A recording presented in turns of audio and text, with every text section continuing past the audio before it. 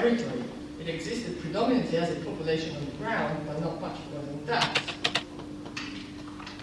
All these European countries, plus Cyprus and Malta, however, طبعا هذا المؤتمر يأتي لي بعد مرور 20 عام على عملية برشلونة، واللي هي بدأت عملية التعاون بين الاتحاد الأوروبي والدول العربية المتوسطية.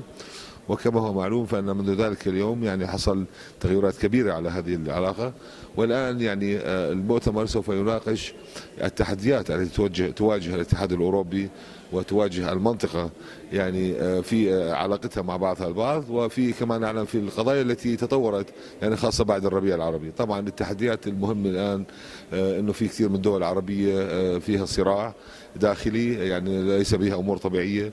في طبعا ظهر عندنا ظاهرة العنف الإرهابي الذي يؤثر ليس فقط على الدول التي هي وموجود بها، وإنما أيضا دول مجاورة وحتى أوروبا.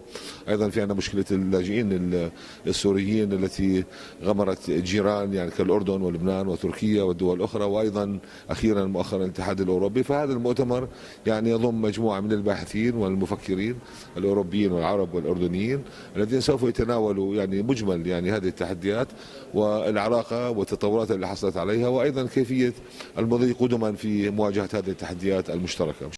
ذكر يعني هذه العلاقة كنموذج يعني يحتذى وكنموذج مهم في العلاقات يعني بين الاتحاد الأوروبي والدول المنطقية دول المنطقة العربية. وطبعا ركز وأكد على استمرار يعني دعمه لدعم الاتحاد الأوروبي للإصلاح الاقتصادي والسياسي الذي تمر به الأردن.